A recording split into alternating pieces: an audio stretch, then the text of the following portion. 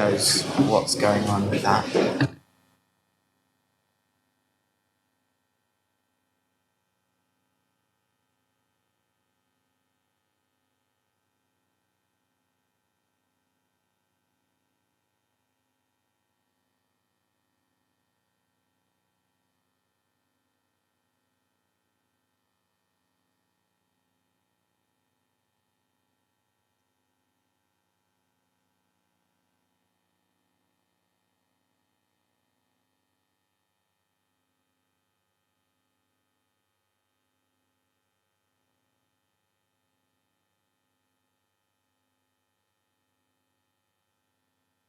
So welcome back, everyone, to the second part of the morning session. We have 4 presentations ahead of us. To begin with, I'm very pleased to welcome Joshua Polchar from the OECD Directorate for Science, Technology and Innovation, who will talk about multilingual metascanning and the next production revolution. 18 minutes. Off you go.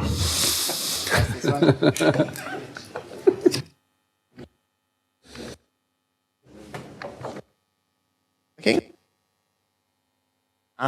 Okay, thank you very much. So thank you for the introduction. So yes, I'm Josh Polchar. I'm policy analyst in the Strategic Foresight unit at the OECD. So actually, I was very pleased to hear the previous presentation talking about the importance of a separate Strategic Foresight unit. We have that, and we are indeed working very closely with the Directorate for Science, Technology and Innovation. Many of you may know our Strategic Foresight Counsellor, that's Angela Wilkinson. We work very closely together. So as the title indicates, we are trialing some new methodologies, or more recently developed methodologies, in better horizon scanning. Our goals are to make our horizon scans systematic, reliable, ambitious, and the guiding principle is if we can automate stuff that's better automated, we will, and we'll keep the human analysis element where that's also necessary. So the idea is that we can avoid some of the selection and researcher biases traditionally seen in horizon scanning work, reach across some of the silos traditionally associated with focusing on your particular area of expertise, cover a vast quantity of material, connecting with what we heard earlier about the multiplication of information out there, detect some weak signals, and keep our research valid and meaningful. So we've already seen some of the new tools available to horizon scanners now. Marcio very adequately went through those just earlier, so I'm going to try and complement rather than duplicate what we've already had. But very briefly, we're making use of advanced internet searches with Boolean search operators, web scrapers, which allow us to systematically go through websites and large sections of the internet and harvest data there and put it into a format that we can actually perform calculations and operations with. We're using bibliometric, bibliographic, and document metadata software. And similar to what we heard earlier, we're also using some text mining and natural language processing tools. But of course, it's the users and uses that count. So how are we actually putting these tools to use? In my previous work, I was at the Hague Center for Strategic Studies, which is a think tank based in the Netherlands. We did a couple of projects there using some of these tools to design complete research projects. One of them was for TNO, which is the Dutch National Applied Sciences Organization. We did a project on how creating shared value is talked about in different spheres around the world. They recently did an EU funded project under FP7, Framework Program 7, on evolving concepts of security. And the one I'm going to focus on today is the OECD project on the next production revolution, which is indeed with the Directorate of Science, Technology and Innovation. So we have four main components that Strategic Foresight is going to contribute to this project. We're going to do a search, a scan, a wider context, and a strategic foresight piece. So I can go through those quickly. In the search section, we're going to come up with some insights on cross-cutting issues highlighted by a specific look at technologies already identified for the project. Those technologies are nanotechnology, biotechnology, robotics, Internet of Things, and 3D printing. So we start with those ideas, and we're going to use those as a basis for a web search, and then mine based on that. Then we're going to do a wider scan based on production, manufacturing in general, looking across multiple countries to see what weak signals we can pick up from that. Then we're going to situate the next production revolution in its wider context. So this will be using the results of this horizon scan to show how there are these technological pushes and societal pulls which are combining to create the situation that we want to analyze. And finally, we want to use the results to engage in a strategic foresight process, something along the lines of scenario planning, megatrends analysis. This part is still under development. So I can show you what we've done so far. We've done a pilot study, which has now gone to review, and we're now going to use the results of that review process to design a second phase study with some more comprehensive results. So this is the outline of the research design, and I'll take you through the steps of how we did each of these pieces. So source and sample. As I said earlier, we used Boolean search operators and a piece of software called OutWitDocs, which, if any of you are interested, it is free and I believe open source. It's plugged into Firefox. If you want more information on that particular web scraping software, I can provide that to you at the end. We use that to rapidly download a large number of relevant documents. The first phase yielded a batch of around 650 documents from the 35 countries that we looked at. We specified that we would stick to government sources. It's the OECD, we work for governments, so this was what our main focus was. But of course, there's no reason that you would have to limit yourself to that if you wanted to do your own study in this area. So with that corpus, we then used Zotero, another free open source piece of software, plug-in for Firefox as well, which allows you to manage a corpus of text rather like iTunes. It's also got a very handy time-saving feature which allows you to download metadata on documents, so you can do bibliometric analysis very easily. It's not available for all documents, but that definitely speeds things up. And then, as we saw earlier, we also use text mining software. Ours were third-party softwares. Some of them were free. There's one called Paper Machines, which is also an open-source plugin that you can put into Zotero and Firefox. Another one is proprietary. It's called Leximancer. That's the one that has these bubbles here on the right.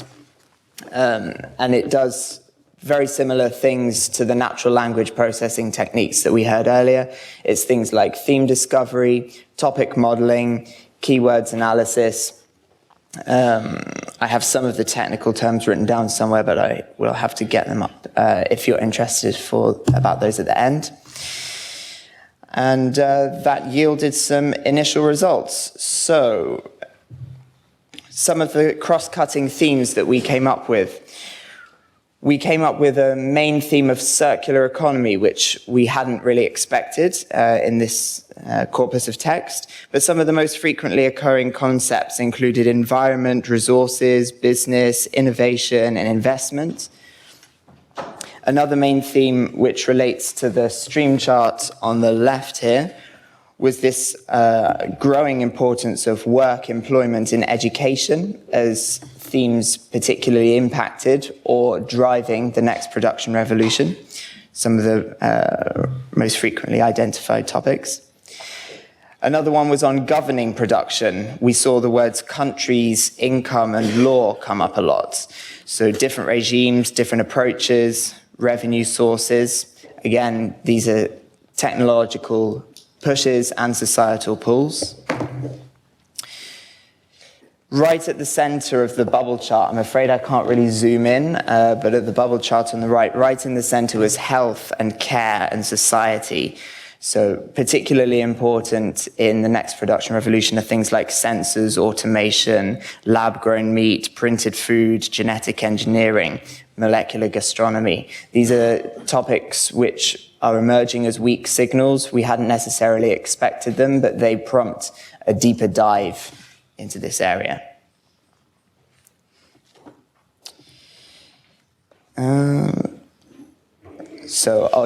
I have got a couple of zoomed in ones. So here's the one on future school and education. So these themes are automatically selected. We didn't choose what combinations of words came out.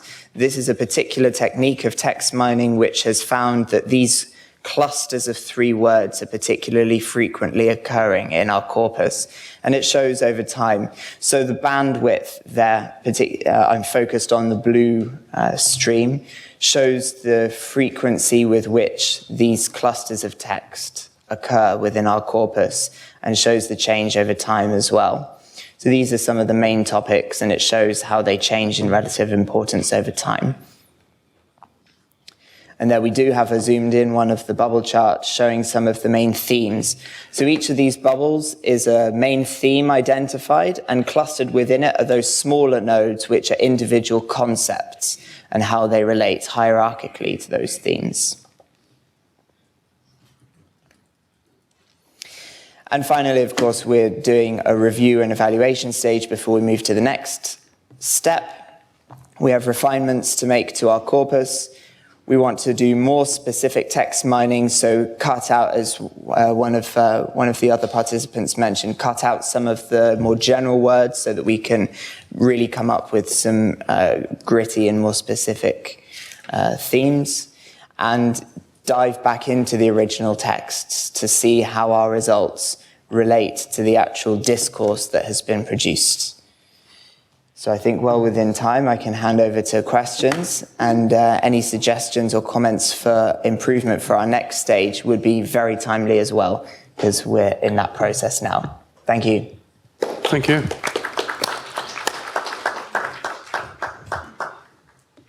Let me kick off with a question, Joshua. It's really fascinating.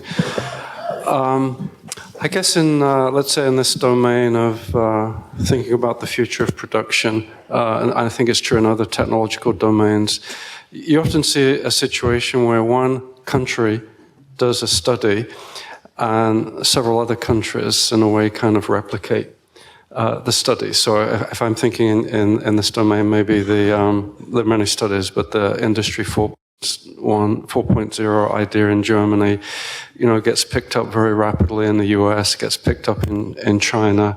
I get the sense it's been picked up in Russia.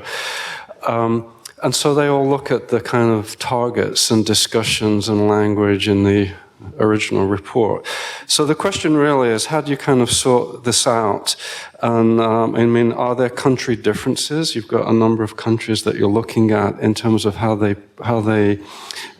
frame this understanding. And I think the differences probably would be more fascinating than the similarities. But is there any insight you can shed on that kind of a question? Not so far, but it is in our plans for the second stage for us to look at how countries have varied and what are the centers of excellence in particular areas indeed. But as you mentioned, if one country comes up with a particular area and then it proliferates amongst other countries, that would be reflected in the analysis we do. And I think that's also interesting in itself that would occur.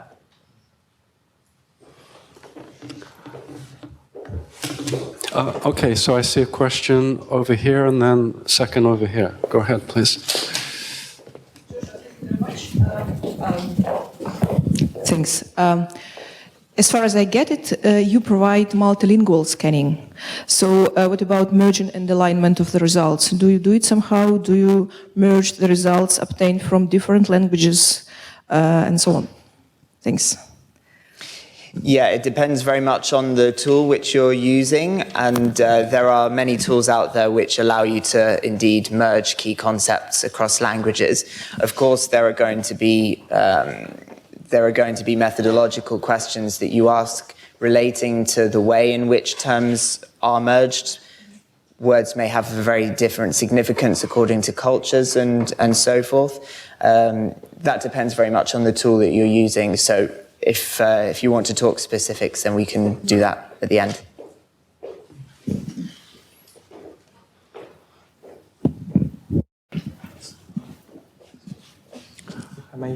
Go ahead. So my name is Pavel Bakhtin. I'm from HSE. First of all, Joshua, thank you very much for your presentation. I actually have two questions to you. First of all, you mentioned a lot of different sources of data that you were using, from web scraping to bibliometric analysis and all of this. So how do you actually integrate the results that you get from this extraction, or it is still kind of a process? Because this is a big question for us also. Some sources are more reliable, like publications, patents. You can pick the documents that are highly cited and basically proven to be the right. But if you web scrap, you can, pick something really irrelevant and make some strong biases towards something wrong. I mean, so how do you have any kind of experience? How do you handle this integration? And the second question, if I may, you mentioned the weak signals as part of the identification. What kind of indicators do you use to identify if, for example, a concept or a term is a weak signal? Because when we talk about trends, it can be, it's more clear. But with weak signals and wildcards, it's a bit of a more complicated question. So thank you. Okay, so do I understand correctly that the first question is about the quality of sources?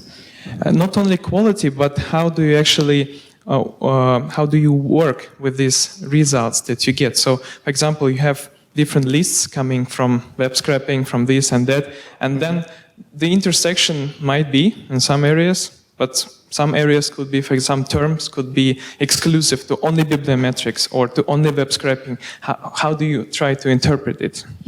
Right. So, the first thing I would say is that it's in your research design that you choose which sources you particularly want to focus on, and you have that already before you've started your sourcing, so that you know the quality of sources that you want. There are also web scraping services, one of which comes to mind is called Shaping Tomorrow, that has its own working definition that it has applying to the stuff that it scrapes as well, so you can specify that. In terms of the results, once you've got different concepts coming from different domains, the best way is to choose a tool which allows you then to refer back to the original text, and Leximancer allows you to do that. So one example is we did a study which brought up the word security. This is at my previous workplace. And we found that security was mentioned a lot in the defense and in the foreign policy field, but also a lot in the psychology and psychiatry field. And in that case, the only way is to ensure that your research design is open to that possibility and that you take that into account, and then indeed to use tools which allow you to refer back to the original text and check that you've got what you want. I guess my answer to the weak signals question would be similar, that it's in your research design. Maybe we can talk in more detail about it afterwards, so that I think it's best for afterwards. But if you have in your research design that's clarified, then you know what to classify afterwards. Thank you. Okay, so go ahead. Two related questions. I just wanted to clarify what it was that you were doing exactly.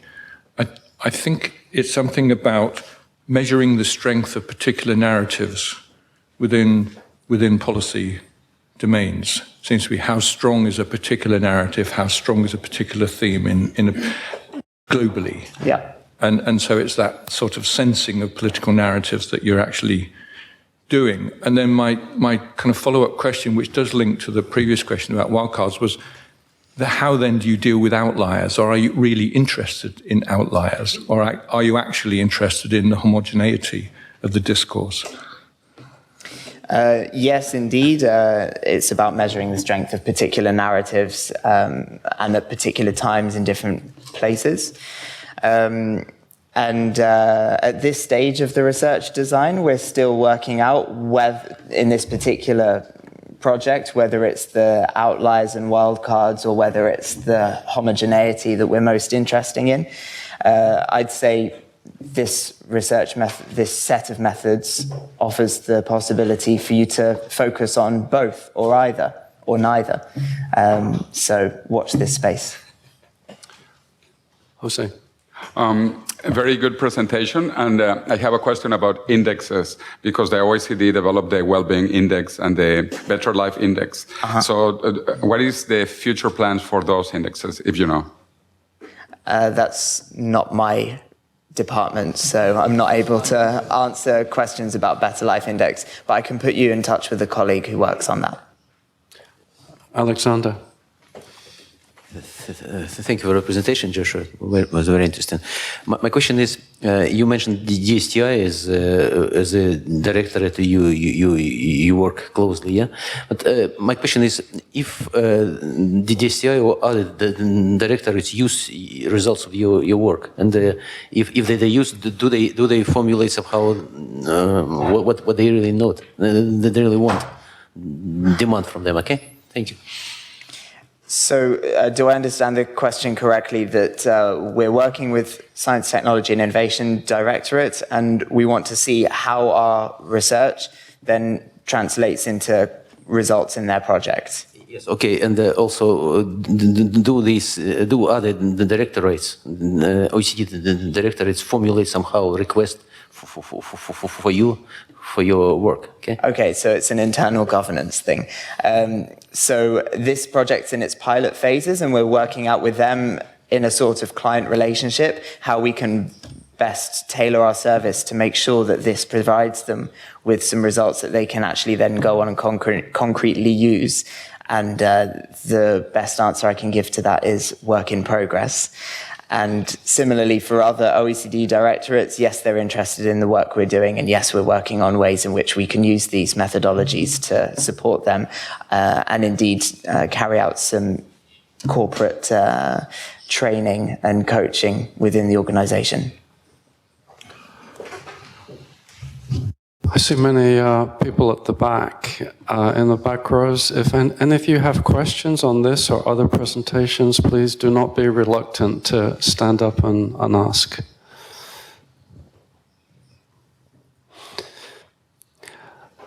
So, okay, so I'm just encouraging everyone in the room on the next round to ask. But let me now thank Joshua very much for a very good and concise presentation and good discussion. Thank you. Thank you. So we now switch to Ozcan Saritas with a number of colleagues who will talk about technology trend spotting. And can I change the slides myself, or is it working? All right. Okay. 18 minutes. 18 minutes. Okay. Hello, everyone. So I'm, as Phil just introduced, I'm a member of staff at the Higher School of Economics, ISSEK, and I'll talk about today our global technology trend monitoring work, which is one of the key pillars of our activities at the Higher School of Economics, ISSEK, at our institute. So we will briefly look at actually how we make use of trend monitoring in our Foresight work, and then what's the ways actually we use to look at emerging trends, weak signals, and then look at those wildcards, and some methodologies and approaches we use for this purpose. We use and we developed actually at home here, and then some conclusions and ideas for further development. This is a joint presentation actually with myself and then my colleague Pavel Bakhtin in here. Then it will be actually followed by another colleague of us who will give another complementary presentation on this topic. It will be Ilya Kuzminov, so he's the next speaker. So first of all, why we look at trends, why trends matter. So we look at trends to generate ideas and identify opportunities which may emerge in the future. We would like to understand those developments which are emerging, and we would like to actually spot those developments right before they emerge or reach to maximum effect somewhere in the future, so that we can take opportunities and avoid any kind of negative consequences they may create. To gain confidence, to generate a kind of solid foundation and awareness of the trends, so we will know that actually we are up to date and we are following the developments in the world, and we are aware of the challenges, we are aware of the opportunities which may arise again. To beat the competition by anticipating developments again, and then to give some lead time for action before things actually happen. Sometimes it's too late actually when things happen to take action, so we try to kind of understand these developments in advance, and we try to understand their possible impacts so that we can generate some courses of actions. And we also do these activities to see whether the trends we are talking about are real trends or they are just hypes. We see that there are a lot of hypes, actually. There are a lot of people talking about things which emerge rapidly and then they disappear. So there's a boom and burst of development. So we try to distinguish real trends from these bursts, which are also very common. And again, trends are important to inform actually strategic goals and decisions. Understand, again, emerging markets, emerging products, and emerging technologies, so we can start actually doing some research towards those activities and then to obtain those technologies in the near future and to reach further markets at the national and international levels, and simply to get ready for the future. So monitoring trends actually has become one of the key activities of our Foresight processes. So here is a brief summary of the Foresight exercises which have been undertaken in Russia, mainly by the Higher School of Economics. So there was the Foresight 2025 activity, which was relatively narrow in scope. As we moved in time, we see that actually the breadth and depth of activities are actually growing and expanding, and at the same time we are advancing more in methodologies and tools we are using. So today we are facing different challenges. Today the world context is different than what it used to be 10, 15 years ago. So we define our scope and we customize our methodology according to the needs of today and the future we are looking into. So today's activities are mainly characterized by the socioeconomic development. So it's not only narrowly defined technological areas, so it is looking broader to see the bigger picture, if you like. And we try to explore some strategic trends, breakthroughs, and weak signals of future trends which may emerge, and those wildcards of unexpected developments, unexpected, shocking, or surprising. So they are also important, and we try to develop some action plans for those also. And another new feature of the recent activities, mainly Science Technology Foresight 2040, is to forecast innovative products, technologies, and markets, and then develop some scenarios based on those forecasts, and see actually how things may evolve and what are the main junctions and forks in this development and what kind of different futures this may lead to and what sorts of alternative actions we should take if the future goes into different directions. And we try to use some more sophisticated tools with the integration of qualitative and quantitative methods. So our global trend monitoring process is then kind of an ongoing activity, and we try to run this activity regularly and then try to provide some input for our ongoing projects, where the Foresight 2040 project is being the main client of this activity. So there are 3 pillars of the activity, as you see on the screen. So there's the trend spotting phase, and then we look at actually different sources like databases, like social media, and we also make use of other trend portals. We do some trend mining activities ourselves to identify our unique trends, actually, which may be found elsewhere in different places. And we use some readily available tools, like the Vantage Point developed by our colleagues in GeorgiaTech in Atlanta, US. And then we also develop our own tools and algorithms in-house. And we will present, actually, what those algorithms and tools are. And there are some other supportive software that we make use of for these activities. We also collect some intelligence by the use of some surveys at the global and national levels, and then review of some of our internal sources. And then all these are actually reviewed, synthesized, and then finalized, if you like, in form of some trends, all this information, through the use of some expert panels, through further bibliometric analysis, and we use them actually for our foresight exercises, and we use them for purpose of some of our roadmaps. And we also share these trends with wider audience, both internally and externally.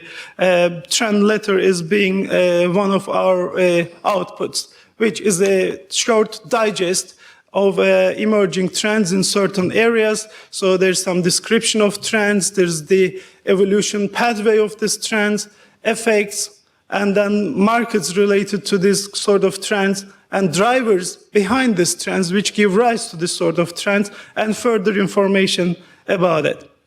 So we are now actually trying to make more use of quantitative tools and then try to integrate them also with our qualitative tools. So each method and approach has its own strengths, advantages, and disadvantages. So that's why we are trying to develop some toolbox which combine different methods. The reason that we are talking about quantitative methods more today is that there's dynamic nature of scientific domains, so the change is very fast, and the knowledge production continues all the time in the world with the continuous emergence of new concepts, inventions, knowledge, technologies, generation of some new markets and innovation all the time, which may come from different sources around the world on a 24-hour basis. An increasing amount of available information. There are thousands of papers and scientific publications published every day. There are patents registered every day, so we would like to understand actually where these technologies are evolving to. And there's a higher speed of socioeconomic and technological change. If you see, actually things are changing so rapidly at the economic, political, and technological sphere, so we want to remain up to date with those. And greater interdisciplinary research, and thus growing need for reducing the effort to obtain useful information. It is not humanistically possible to read 40,000 papers a day, but actually we can develop some tools and then some methods to analyze 1 million publications at once. So there are this sort of possibilities which are readily available or which we are developing ourselves. So we use this information to detect some key trends and construct some new hypotheses for future development. So having said that, now we will elaborate upon some of the tools and methods we are using. I will hand this over to my colleague Pavel Bakhtin, who will explain what tools we are using and what tools we are developing ourselves. Thank you. Thank you very much, Ozcan. So, as basically the documents and the sphere of science and technology are rapidly changing, so does our methodology. We try to enhance it as much as we can with the new tools and methods that we integrate inside our process. So, in the following picture, you can see our methodology represented in 4 major layers. First layer is a data layer. It really relies on the research design that we have for a particular project. So we basically take into account different types of data that we can play with. First is the most common for studies of such type is structured data. So it's patent publication and other databases where we have enough information enough metadata to actually have an idea about not only key players, organizations, authors doing the research, but also for example, research categories that these studies are related to, the content of this research, so we can extract various phrases, terms, and concepts from this to do our study. The semi-structured data is a bit less convenient to use because, of course, there is no such amount of metadata to support us. And finally, unstructured data is the most difficult one when we basically try to work with big analytical or forecast reports containing a lot of valuable information, but it is represented in a full text, full of things that we should carefully filter and sort in order to get some results. So the next layer, once we gather the data and process them with our tools, the second layer we call cluster. And there are two general processes that we go through with our process of trend analysis. First one is co-occurrence network and cluster analysis. When we work with publications and patents, we extract different phrases, and then we try to see how they co-occur in abstracts in these documents over the time. So building such networks and then clustering these concepts allow us to understand the topics in a much greater detail. At this point, of course, the involvement of expert is very important, but this gives us an evidence without even an expert to help us understand how this research area is basically represented. What are the key issues, the hot issues in the area, and how they're connected to each other. The dynamic pattern analysis I will demonstrate in the following slides is looking into the dynamics of occurrences of these terms and concepts around publications and patents over the year. So these are two a bit different types of analysis, which on the trend layer would try to intersect and then use in order to identify our trends. Finally, once we have the representation of our trends, we want to interpret them. We want to know what to do with them later. So we call this layer a semantic layer. And we use some more sophisticated tools like subject, action, object analysis and the use of ontologies, for example, in order to interpret these results and basically make some judgments along with expert evaluation. So there are some examples of, for example, co-occurrence network and cluster analysis results. We witnessed that in different research areas, the type of concepts is different. So when we take more technology-oriented areas, for example, like energy sphere, we see a lot of technical concepts and some possible solutions that could form our trends. When we look at health-related, for example, research, like in this picture, we see that we come up with more of a problem-oriented concepts that help us to understand what are the key issues that researchers are working at the moment, trying to understand the symptoms, trying to understand how to solve these problems. So this stage is very important for us to identify such trends and then find the solutions for them in other sources. This is an example for photonics, where we see that the terms actually change. In the previous, we saw a lot of diseases, problems, and challenges. Here we see more of a product and technology-oriented terms. So once we cluster these terms together, we can see their dynamics over the time. With help of an expert, we can even try to call these clusters in a way that they would be called in the research area. The next thing, and this is very important for us, is dynamic pattern analysis. So understanding how the terms change over the time and trying to group terms that have similar behavior together in order to understand what is like, highly increasing, highly developing trend, which terms are related to group that actually is falling down over the time. So once we do such kind of clustering, we can then intersect patterns and thematic clusters together to see how are the areas represented, how do they change. What are the most influential of them?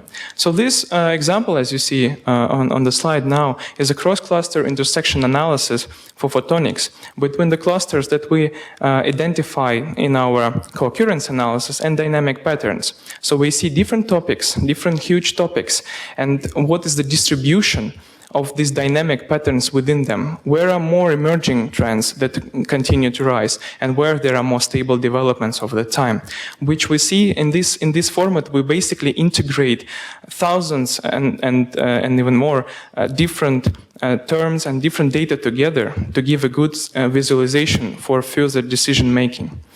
And this is more particular example within the cluster, how these terms actually co-occur with terms that are related to emerging trends or early developments or declining developments. There can be different classification based on the data that we get. Another problem. So once we identify our problematic problems and challenges, and identify the trends and some basic technological or product-related solutions, we want to find some exact technologies and products that could be found in patents or some analytical reports. So we have the problems. How do we solve it? What are the particular kind of examples? So then we start to use a more sophisticated tool like semantic analysis using subject action object analysis in order to basically show how one product is developed. What are the parts of the product? What technologies does it use? In patents, using some sophisticated methods, we can basically achieve that. This is the diagram showing different terms and how they relate to other terms through some actions. So we can see that some products include various products. Some technology is a part of a bigger technology. So this gives us some interpretation. With the help of an expert, we can make a real judgment and then help experts to forecast the future. So to conclude this presentation, the quantitative trend analysis brings first of all, it brings the evidence for expert evaluation. So if we already kind of have a feeling about some trends, this kind of analysis can give us the judgment to say whether we're right or wrong. But it also helps us to explore some new trends and developments that we didn't hear about before or we don't understand. The analysis of publications allows us to determine key problems and challenges or some basic solutions to then move forward to understanding the trends. And with the trends, we move forward to understanding particular technologies and products, and then we can even build ontologies and understand how this research area is developing, what are the parts, and what are the most important objects. Our next stage of the development is, of course, exploiting the big data possibilities, big data full text mining, which is a much more complicated process, and our next colleague, Ilya Kuzminov, will be talking about it in particular. Thank you very much for your attention. Thank you. Time for questions. Again, maybe I'll kick off with one. And by the way, I found that network landscape of disease research just fascinating when you start looking at that. But my question is maybe this one, because you promise that you can distinguish between real trends and hype. Just to probe that one, could you give me an example of something that is very much discussed, but you have identified it as hype and it's not a real trend? And conversely, is there an example of something that you've looked at which is a really real trend and has been very under-publicized and under-hyped? I mean, you can pick one or the other, but is there some tangible example of this and how you came to those determinations? Thank you very much for your question. In terms of, for example, existing hypes, and then trying to show whether it's a trend or a hype, we can talk about actually what we mentioned as a big data, for example, full text mining. on the one hand, it is very convenient to use one buzzword for everything, big data. On the other hand, when we do such kind of analysis, for example, in computer science, we realize that big data is not really something very new. So this is like a set of technologies, methods, and approaches that include a lot of things that existed before. Parts of machine learning, parts of parallel programming and increasing the performance, NoSQL solutions, and many more. So when we do this kind of study and enhance this study with our sophisticated semantic analysis, showing which methods and tools include which, so we can then see that some suggestions to use big data would include these terms like NoSQL, NoSQL, MapReduce, and many others. And once we pick these terms, and then we can see that these terms actually existed long ago. And then we realize that perhaps this keyword on its own is more of a hype than a real trend, because it existed much longer. But now it became like an integration kind of phrase. Thanks, Pavel. More methodological. I have another answer for your question, actually. So, more methodological point of view, what we try to do, Pavel is shown one slide, and here, for example, we try to cluster our trends actually based on the patterns they show. So here, for example, in the first picture on the top left corner, you see that there are some developments which are going up and down all the time, creating some peaks, and they go down at the bottom. So these are the things which may become a trend eventually, or they will disappear at some point. So they are trying to be something. So they can be some weak signals of future trends which may actually become more stable or may go out of radar and then can disappear. If you look at the bottom picture, you will see that actually they are growing more consistently. So this we call as trends, whereas the others are more like weak signals, and the others could be on the top right corner would be the hypes, which came actually up at some point and they focused very much, and then the attention has dropped since then. So this is kind of methodological approaches we use to identify. Attila, please. Thank you. I was going to ask exactly the same question, how you could differentiate hype and trends, and I'm sorry to say that your answer, the two answers were not really satisfactory for me. The second one, I think we are getting closer, but probably the trouble is that quantitative analysis on its own would not be sufficient on the one hand. On the other hand, time will show in many cases, so it's difficult. Perhaps I would not suggest not to try at all, but perhaps we should be a bit more modest. The same question in a more general form would be how you can use, how you have already used the results of your analysis, either for analytical purposes or policy purposes. So it's not clear for me. It is interesting, but I'm a bit lost in that respect. So it seems to be, or it could be, hopefully it is not, but it could be a method for the sake of method. So please try to convince me that this is not the case. Okay. As far as I know, it may take some time to convince you. But anyway, so I'll try to give an answer to that, because this process is actually a part of a broader foresight process. So this kind of trend analysis work is what we call as kind of a horizon scanning, a part of a horizon scanning activity, where we look at actually broader issues. So this is one component in those. So we do, for example, some other sorts of analysis, STV analysis, for example. We look at the changes and transformations in society, technology, economy, politics, environment, and things. And then this is just creating another input actually for our work. So we will try to see what trends are emerging, what things actually may change the future. Then this is just the beginning of a foresight activity. This is just understanding landscape, what's going on. So there's still the future, to be explored. So this sort of studies in the next step are intended to feed into the next level, which could be the future itself, like planning some long-term scenarios, for example.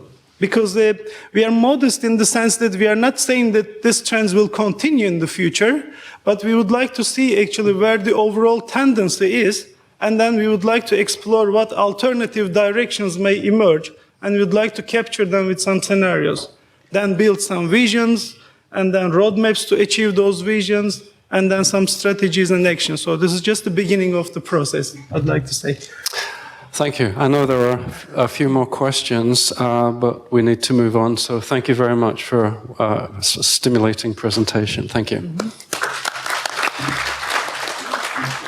The next presentation is from Ilya Kuzminov from the Higher School of Economics. Ilya, if you'd like to come forward for the treatment. You're going to talk about text mining, full text analysis, and ontology building.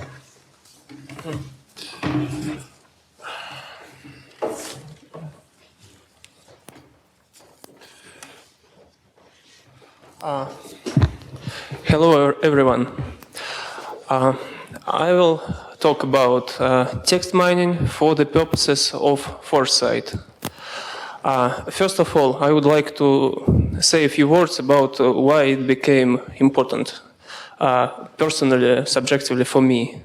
Being a sectoral expert in Foresight about environmental issues, I found myself in more and more perplexed situation because the number of writings, the number of significant scientific texts in the area is overwhelming. So there is no time to read it.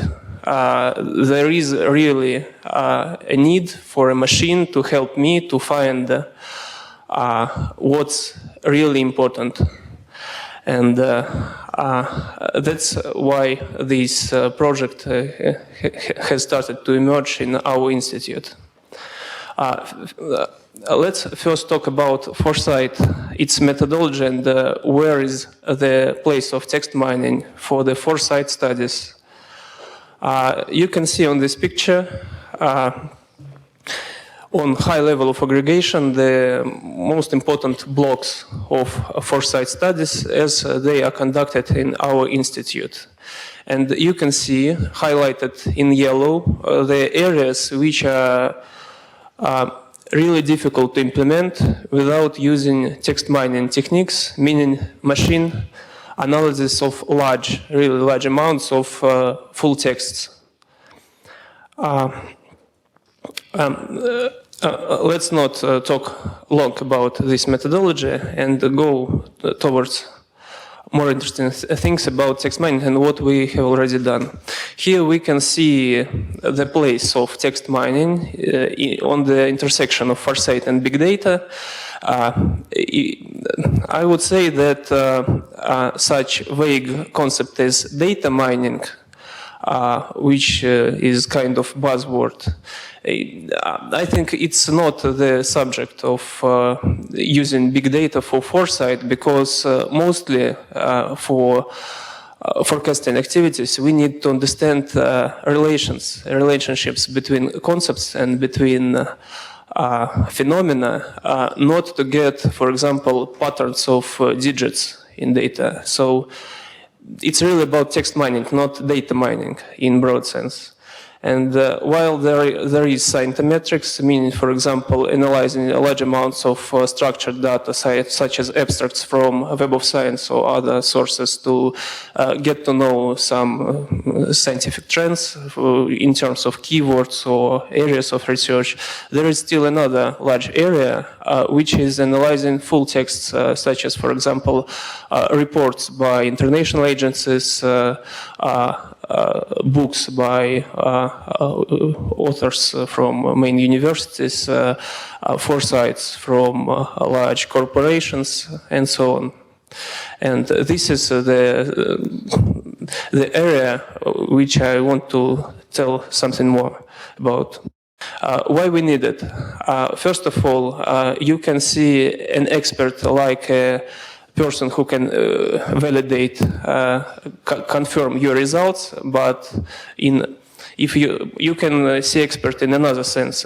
Expert doesn't have full knowledge of the area. So what expert knows, what is in his head, is a skewed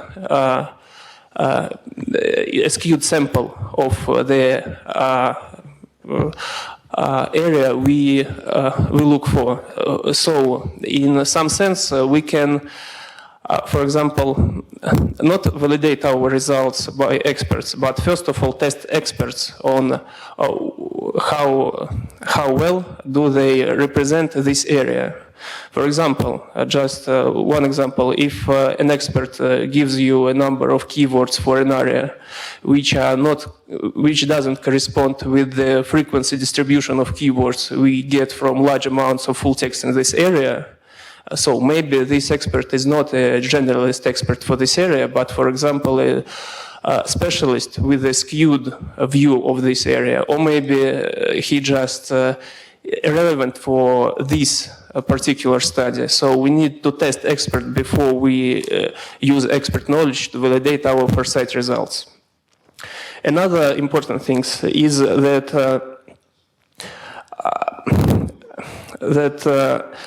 we can find weak signals by using text mining or full text. For example, if you get, for example, the really comprehensive dictionary of a language, including typos, including all proper names, including geographies and so on, including all names of chemical substances and biological species and so on.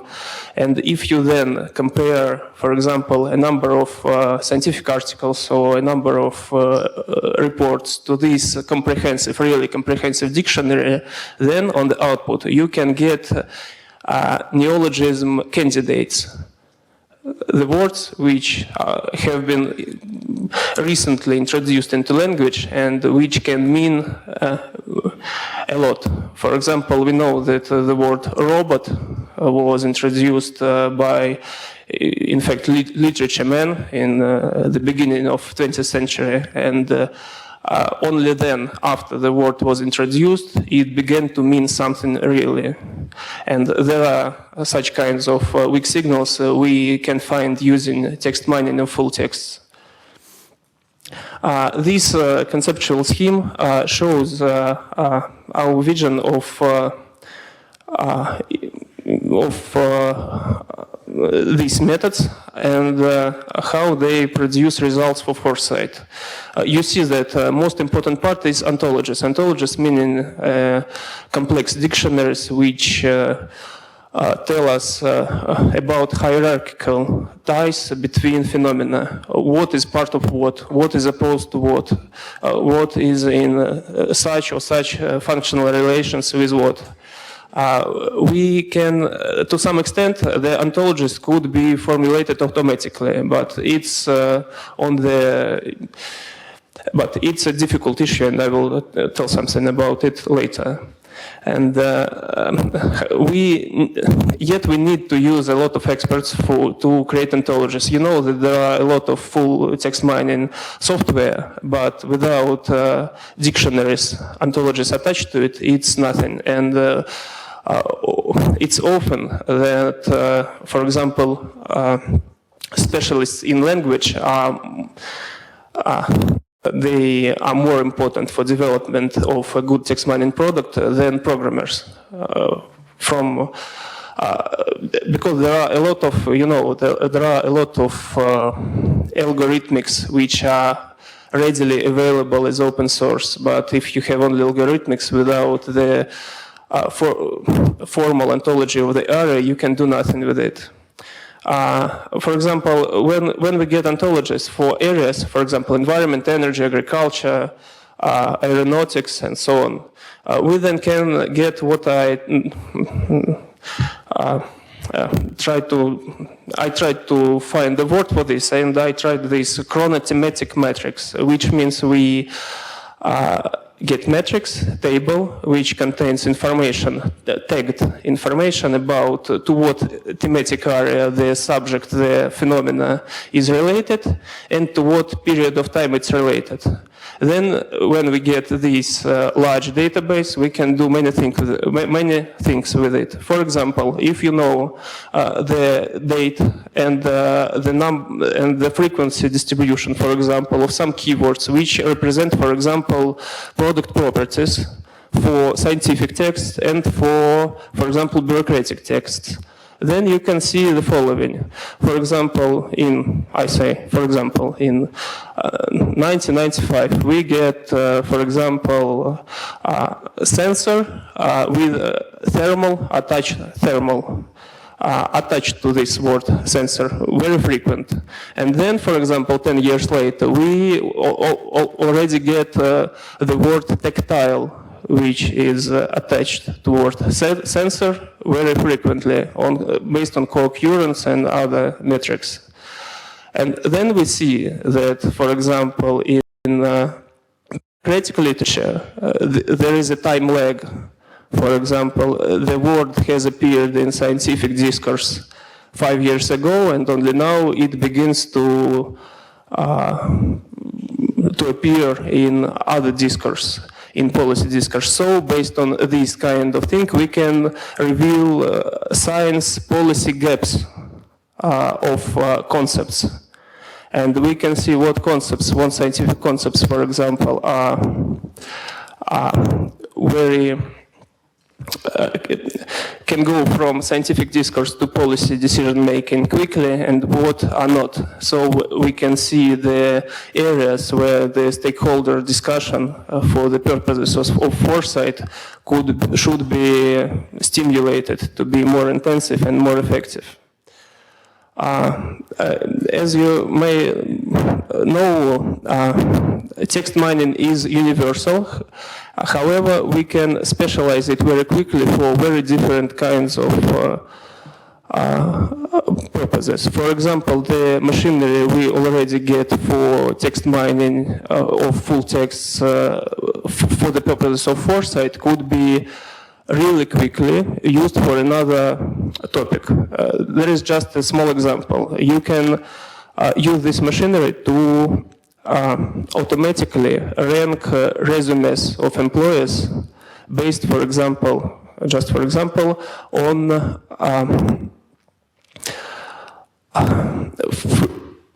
keyword profiles of workplaces. For example, when you have an expert in some area, you can get what words and what phrases he uses very often, most often in his work. We understand that in our context, work is mostly communication, and it's communication with words. So if we find a possible,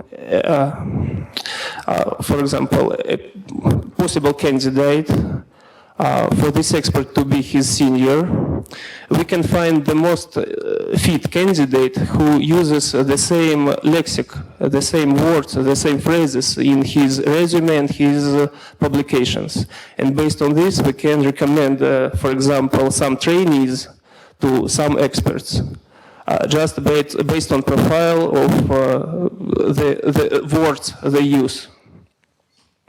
There are other applications. For example, we introduced the following. We scan through full text documents, about 20,000 of full text documents, and get from each of them specific slices. For example, you can syntactically very easily get all the contexts which contain information on forecast estimates. For example, some indicator will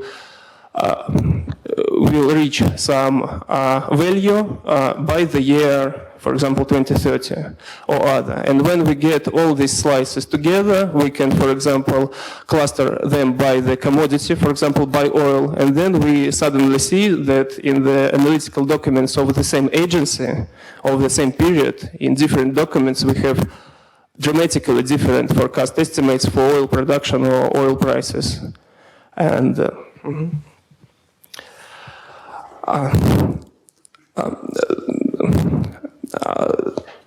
so there are many more applications of text mining for foresight. It could be weak signals detection, it could be trends classification, and so on. I would like to tell you about another one. It's automatical classification of technologies. You know that you can form some rules to get technology-related terms from texts. This is the trivial example, which uses the stemma techna. When we use techna, we get some words related to technology by co-occurrence, by nearness, and by synonyms using special dictionaries. And then we find that in agricultural texts, about 1,000 texts, we get, for example, on this slide, biotechnology is the most commonly referred, technologically related umbrella term, and we can find what exact keywords which represent technological areas or particular technologies are related to this cluster. This kind of automatic clusterization can help us in perpetual expert discussions on how to classify technologies. Because this method of classification, or not classification, but making a hint about what classification should be maybe proper, is a good starting point for experts to then discuss how to classify it for the purposes of the study. And finally, we can discuss some areas of research in text mining which are most interesting today. You can see that much of things I told recently about are already implemented in a lot of, for example, open source code and algorithmics. While now the most important issues are agile machine learning, dynamic machine learning, unsupervised machine learning. So not only to rely less on experts during the Foresight studies, but also to rely less on experts during the development of text mining ontologies. And finally, what things are still impossible is to, for example, for machine to generate analytical text which could contain novelty for humans. By now it's impossible. And it's the area which is yet to be analyzed, and some solutions should be found there maybe in following years or decades. And finally, a small case of what we do to do less handwork. For example, when we get, by crawling, a lot of documents from open sources and maybe from some closed sources, we get file names, but we don't get proper bibliographic references of documents. However, this issue could be overcome using machine methods. By using machine learning, we could form a learning sample of documents and their proper bibliographic references. Then use the patterns we found, the machine found, and apply it to a significantly larger number of documents and get the proper bibliographic references. The result of this activity is that an expert, a scientific worker, he doesn't need to spend time on mechanically combining the bibliographic references for the facts. He can just get it from the system and paste it in his, for example, research paper, and concentrate on conceptual things, on really important things, not on mechanical things. This is just one case of what's done. Thank you. Ilya, thank you very much. Any comments or questions? And of course, please. Thank you. Thank you very much for your presentation. It's extremely thought-provoking in terms of future developments. And I took note of, a presentation was so dense that, we could talk one day or 2, 3 days about the challenges and the developments to be made in relation to what you presented. But I took note of 3 things that you mentioned in your presentation. One, expected effects on innovation. The other is innovation, novelty for a human, And third is the machine to formulate hypotheses about patterns. I think that all of the 3 are interrelated. And that's one of the challenges that we are facing now, very much so. The approach that we took is to get a couple of innovations, one of them GPS, and come back, 5 to 10 years and see, based on this and other, innovations, if we find a model or that could, in advance tell us that the scientific and technological developments being made will probably reach the market. So it's a completely different kind of provision. And surprisingly, most of the analysis that we have made so far very early take the S shape. So if it takes the S shape, say, 2 or 3 years earlier, the potential for this to, get to the market's higher. So I don't know if you are targeting more or less the same thing, but that's, one of the things that I understood from your presentation. If you could clarify, I would very much appreciate it. Thank you. Would you like? Yes,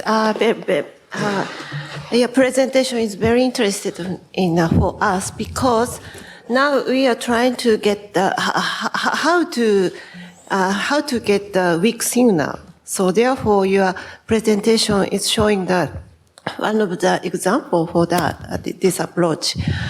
So, but I have a question for you, because this text mining is one of the tools for finding such a weak signal, but it's really difficult to identify this is weak or just noise, weak signal or noise. So therefore, my question is that, first of all, did you develop this software by yourself or the text mining way, the methodology? I mean, it's a tool. You developed by yourself or? So that was one question. Let me just take a question from the back, I think, and then you can answer them both together. Yeah, the gentleman at the back. Yeah, please briefly ask your question.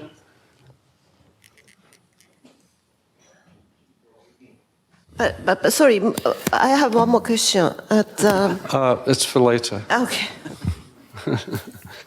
Добрый день. Известна традиционная проблема, связанная с попытками автоматического агрегирования прогнозов ли, анализа ли, что за позициями стоят разные онтологии, и поэтому попытки суммировать, попытки агрегировать абсолютно бессмысленны.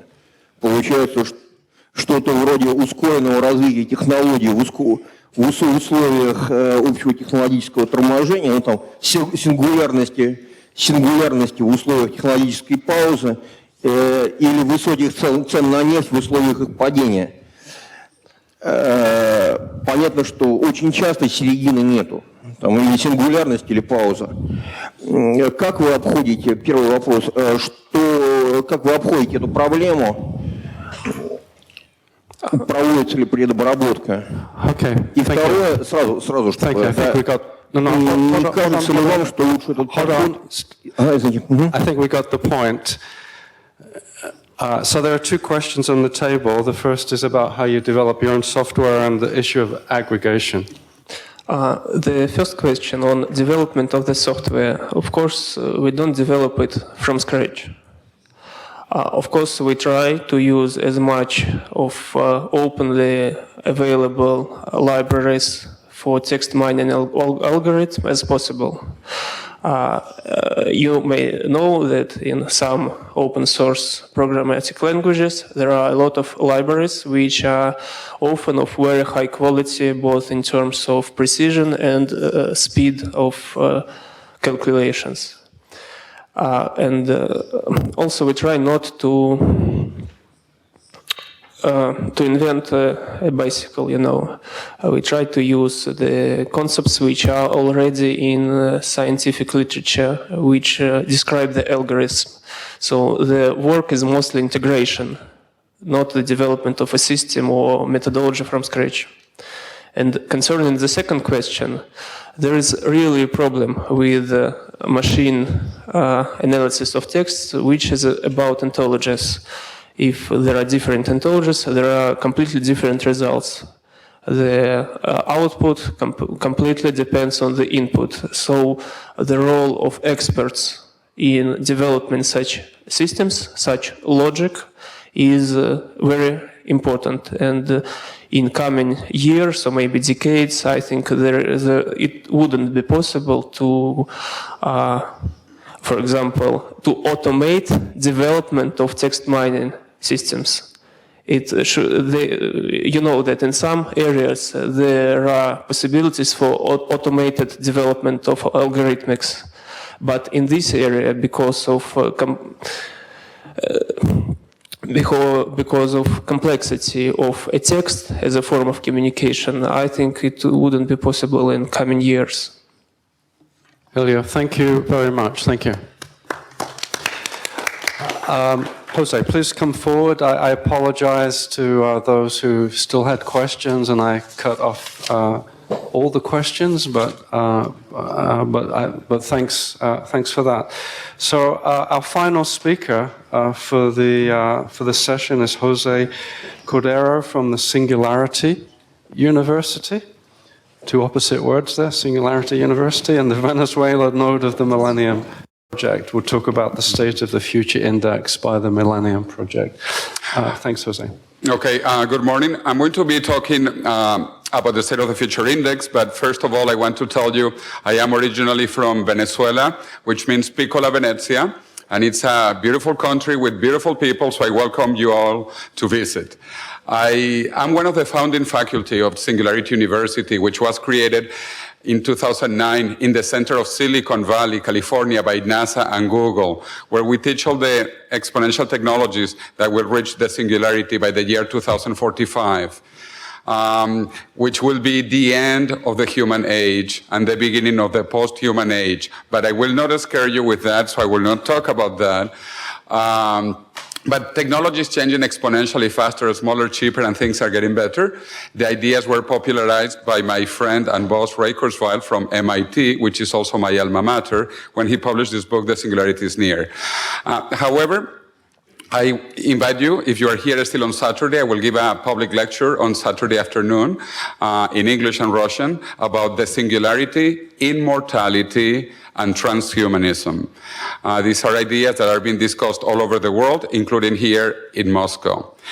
Now let me get back to the Millennium Project and what we do around the world. We are a global futurist think tank with over 50 nodes throughout the planet, including people from Russia. We have our chairwoman of the Millennium Project here, Nadezhda Gaponenko. We also have the chair node from Greece, Nondas, I will speak in the afternoon. I'm the chair node from Venezuela, and I coordinate activities for Latin America. We basically monitor the 15 global challenges that we wrote 2 decades ago and that were one of the bases for the development of the United Nations Millennium Development Goals in the year 2000, and just now, the 17 Sustainable Development Goals. We published all the information in our yearly book, The State of the Future, and we also combined the most extensive peer-reviewed methodology book about foresight, futures methodologies. Right now we have 39 chapters. We are updating this third version. Actually, this session about methodology has been very interesting, and we would like to incorporate some of these ideas in the new edition of the Future Research Methodology. Maybe this is something we can do also with HSE, because the presentations before were excellent. We have a chapter on text mining that we could also work together with on the new edition. So all of our methodologies are in our website, and we have been developing methodologies for the last 20 years because one of the founders of the Millennium Project is Ted Gordon. Ted Gordon is one of the creators of the Delphi survey in the 1960s when he was an engineer at RAND Corporation in California, at Research and Development Corporation. So Ted Gordon, as one of the fathers of the Delphi survey, the creator of the real-time Delphi survey, the creator of the cross-impact analysis, the creator of the trend impact analysis, he created a new methodology, which is the SOFI. So the development of this started in the year 2000 with the new Millennium by Ted Gordon, as I mentioned before, probably the most prolific person on futures research methodologies in human history. No one has developed more methodologies than Ted Gordon. And he's still alive. He's one of the directors of the Millennium Project, even though he's in his 80s. He's a very dynamic person who created this method, basically looking 20 to 30 variables for 20 years into the past, and then forecasting these variables 10 years into the future. This is the latest State of the Future Index that we published in the latest book, The State of the Future, and that we presented in San Francisco, California, 4 months ago. The State of the Future Index is really an index. So actually, that is why I was interested in the OECD indexes, because we have a lot of similarities. But actually, the OECD index is the present index. We go into the future. This is the only index that exists that goes from the past to the present and makes forecasts about the future. There are, as I said, many indexes. The Human Development Index was one of the first ones combining different parameters, and then you can make beautiful comparisons, a lot of maps and compare different countries.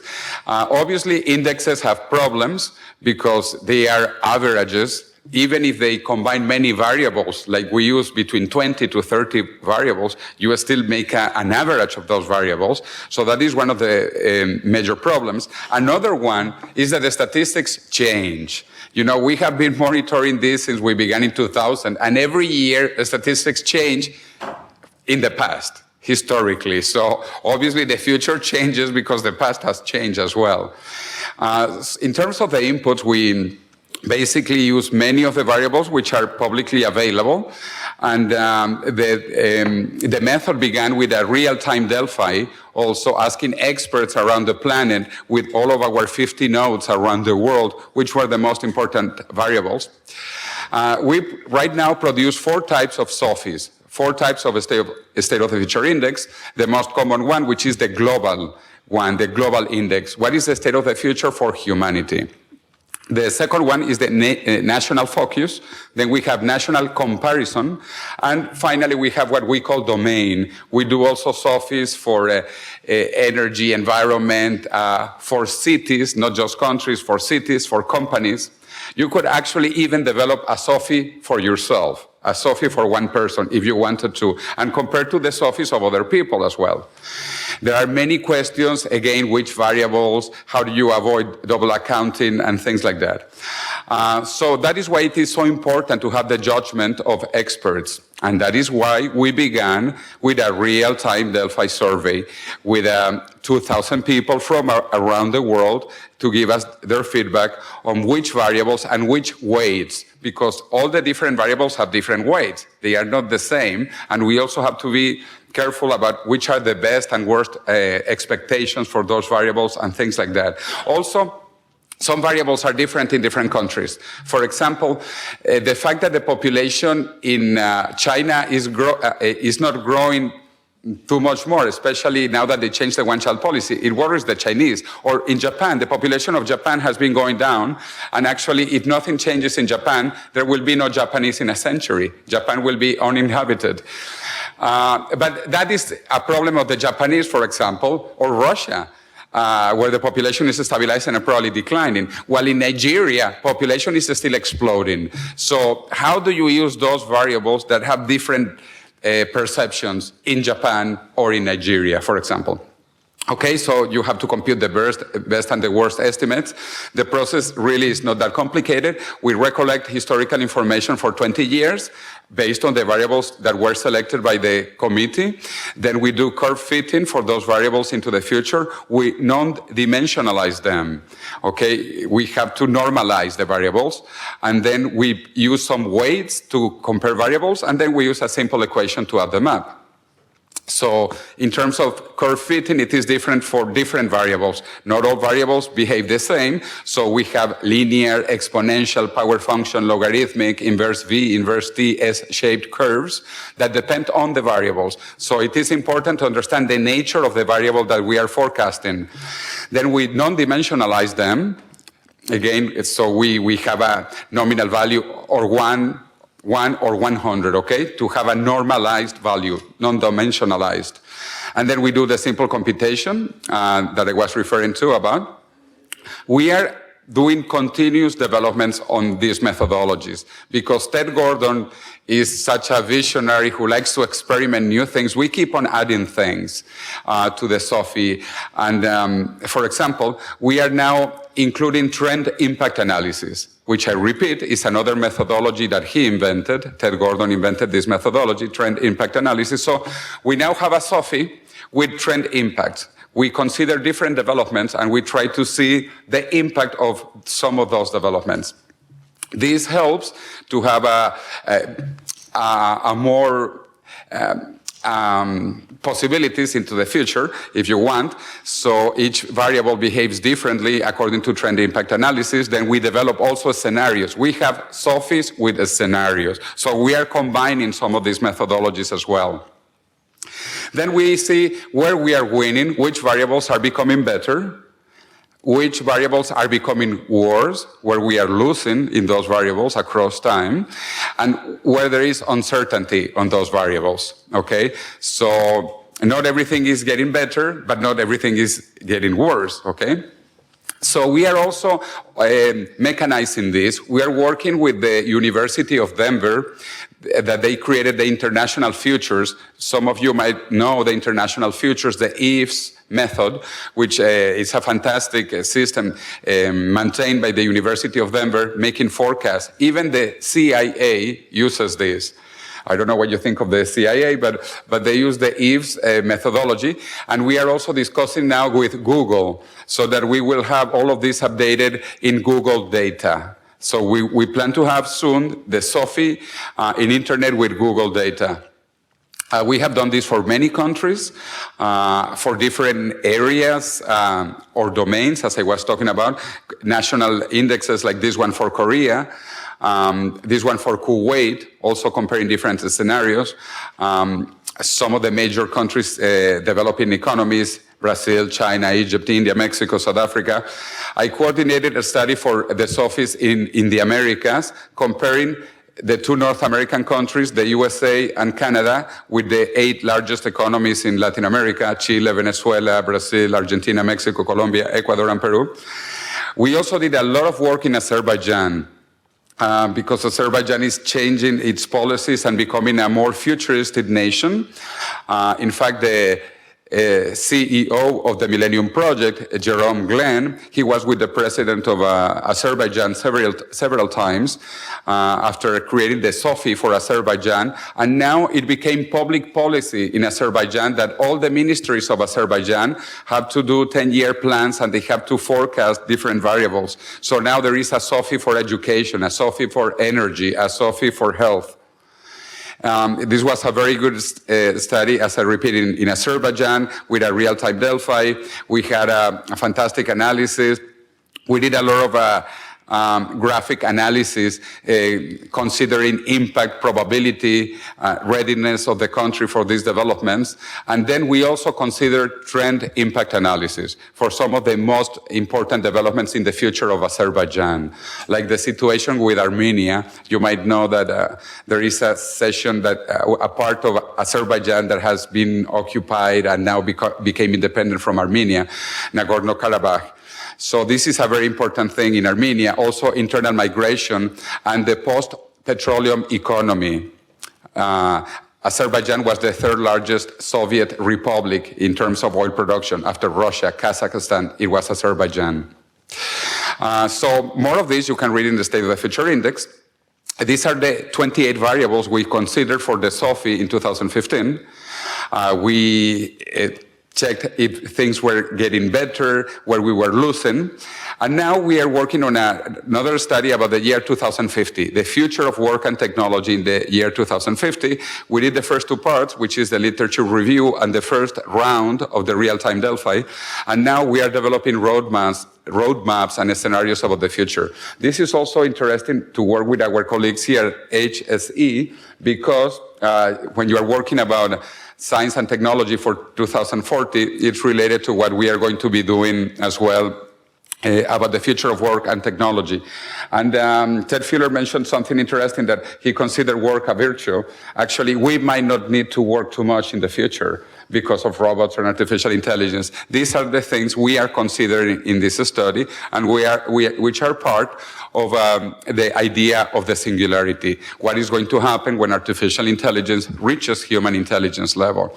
Anyway, so we began with this part of the Future Work Technology 2050 study, and we are doing the roadmaps. We will do some final scenarios, and then we will be presenting this around the world, not just at the United Nations like we normally do, and the embassies in Washington and other major capitals of the world, but we would like to do this as well here in Moscow. We think this is very important. Russia is one of the major leading countries in the planet.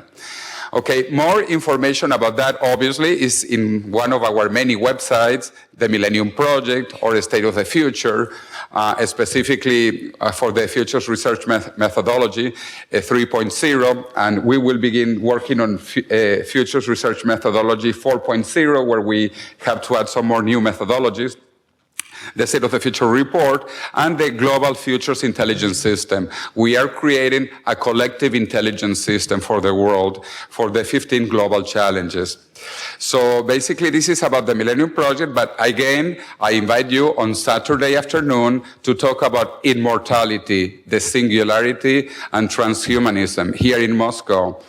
And we have to think about the future. The future is really exciting, but we have to meditate. I like to meditate in many religions, in Christianity, Hinduism, Buddhism.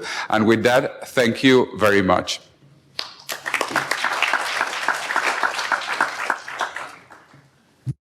Wow, Jose, that's absolutely fascinating. So again, I'm looking for anyone who'd like to comment, ask some questions on this. Please go ahead. In order to have a world aggregated index, SOFI index, so we have to have some kind of a weight to different groups of people in different world. How can you make an aggregation? Again, it has to be decided somehow, just like the Human Development Index, which has also changed. The Human Development Index by the United Nations Development Program has had 3 different versions. We are in about the same group. We have had already 3 different versions. And we have to make choices. I mean, how important is education? How important is life longevity? How important is GDP per capita income? So that is why we did a real-time Delphi throughout the planet, asking the futures that we could identify in Africa, in Asia, everywhere, here in Russia. And we came up with a result, and we keep on improving on that. This is an always improving thing. You might know we actually have a very active node in South Korea. We have done, as you saw, a Korea SOFI as well, just for Korea. Because it's a very futuristic country, and I highly admire Korea because it's devoting so much power and thinking about the future. Alexander. Thank you for your presentation. It was very interesting, as usual. Yeah. My question is about: did you take into account in your indicators such issues as religion, for example, or values in the countries? Which did you use indicators like this from this area? Yeah, normally we use the definition that also Ozcan used, the STIP-V. You know, society, technology, economics, environment, politics, and values, culture. Yes, the problem is it is hard to get a consensus on those variables. And that is why we keep on improving, we hope, on the values. As I said, is population growth good or bad? It depends on your values and the situation of your country. For what I know in Russia, I think the population actually is not growing as fast as Russia would like. So this is a value. This is something that we have to consider. Difficult question. No easy answers. That is why we get feedback from all over the planet, and we compile that feedback into the variables we use. Actually, in a book by Lawrence Harrison, maybe you read it, there is a list of kind of issues which might be taken into account because they have an impact on the country's success. So you can use it as well. Yes, actually, I know that book by Lawrence Harrison, and they have excellent information. Right now, we are using 28 indicators or 28 variables. The problem is that some variables have been created recently or relatively new, so we don't have 20-year history in some of those variables. Many of the measurements about corruption, which is a value, I think, or other things are relatively been measured only recently.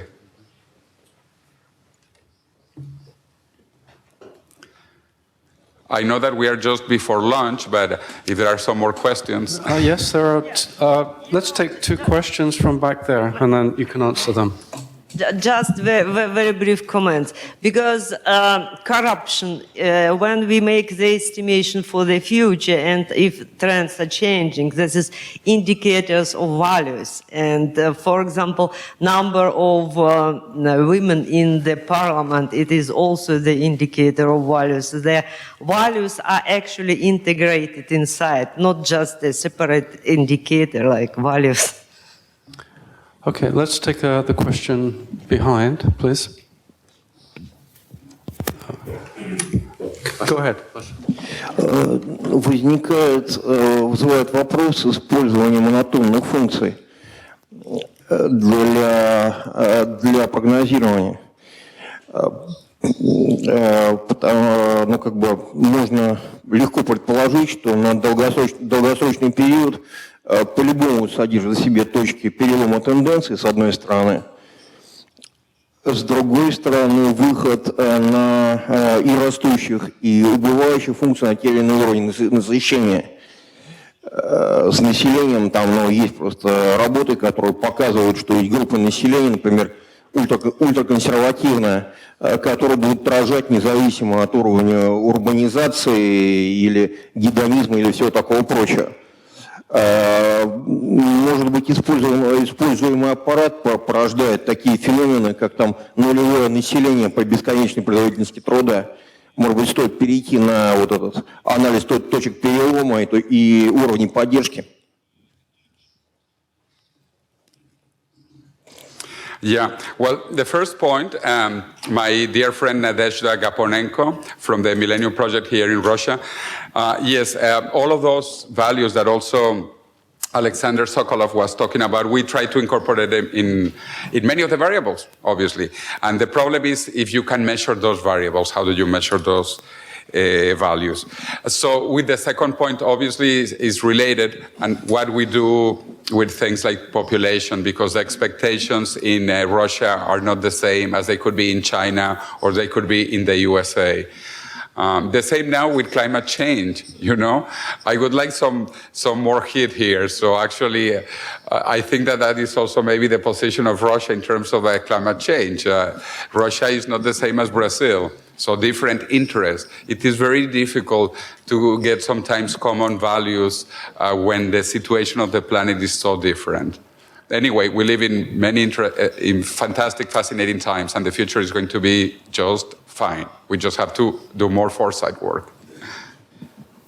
Thank you. I appreciate the optimistic predictions for us. Thank you very much. So I thank all the speakers and the audience for questions. I guess I saw a number of broad themes coming through. Reflection on our conceptual underpinnings and theoretical underpinnings initially. Quite a lot of discussion on new methods, most of which seem to involve more data, more analysis, more visualization. Some fascinating insights into the practice of foresight, how practitioners see it and what they think they're doing and with what impact. And this very interesting final discussion about trying to measure our perceptions of the future, as it were. And I think also some cross-cutting themes about aggregation versus disaggregation. Should you pay attention to central tendencies or to outliers? Different stakeholders, countries, people, organizations have very different perspectives. How can we connect with users? So I think these were all really interesting cross-cutting themes, and I think we'll continue these discussions and new ones going forward. So maybe I turn it over to Alexander, just to say if there's any instructions for lunch as to what we should do, and thank you very much. Thank you very much. It was. I just wanted to announce that the lunch will be at the second floor. The ladies over here will show you the way there. Okay, and the afternoon session starts at 2:40. So you're welcome here. Okay, so the ladies over there, they will show you the way to the place where lunch will be served. Okay.